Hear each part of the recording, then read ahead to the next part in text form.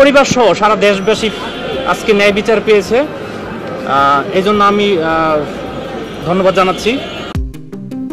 ঢাকার ব্রণসিতে 7 বছরের শিশু ধর্ষণ মামলায় গৃহশিক্ষক জাহিদুল ইসলামকে মৃত্যুদণ্ড দিয়েছেন আদালত। এর পাশাপাশি তাকে 50,000 টাকা অর্থদণ্ড আদায়ের আরও 6 মাসের বিনাশ্রম কারাদণ্ড দেন আদালত। বুধবার 19 মার্চ দুপুর ঢাকায় নারী ও শিশু নির্যাতন দমন ট্রাইব্যুনালের 3 এর বিচারক মোহাম্মদ রোকসানা বেগম হ্যাপির আদালতে এই রায় দেন।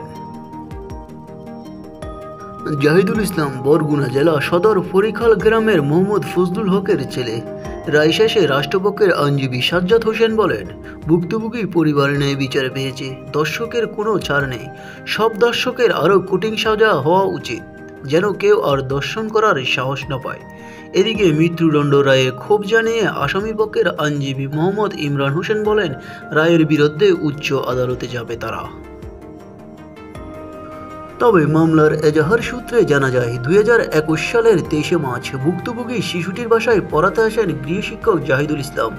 ওই দিন রাতে 8টার দিকে ভুক্তভোগী শিশুর মা বাবা বাসার পাশে গ্যারেজে কাজ করছিলেন। এ সময় গৃহশিক্ষক জাহিদুল ইসলামকে তাড়াহুড়া করে বাসা থেকে বের হয়ে যেতে দেখেন।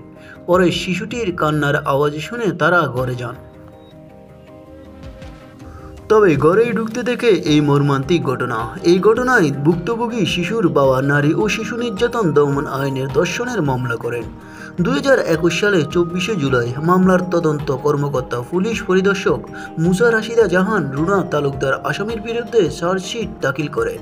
পরের বছরে 20 জানুয়ারি আসামির বিরুদ্ধে চার্জ গঠন করে বিচার শুরু করার আদেশ দেন।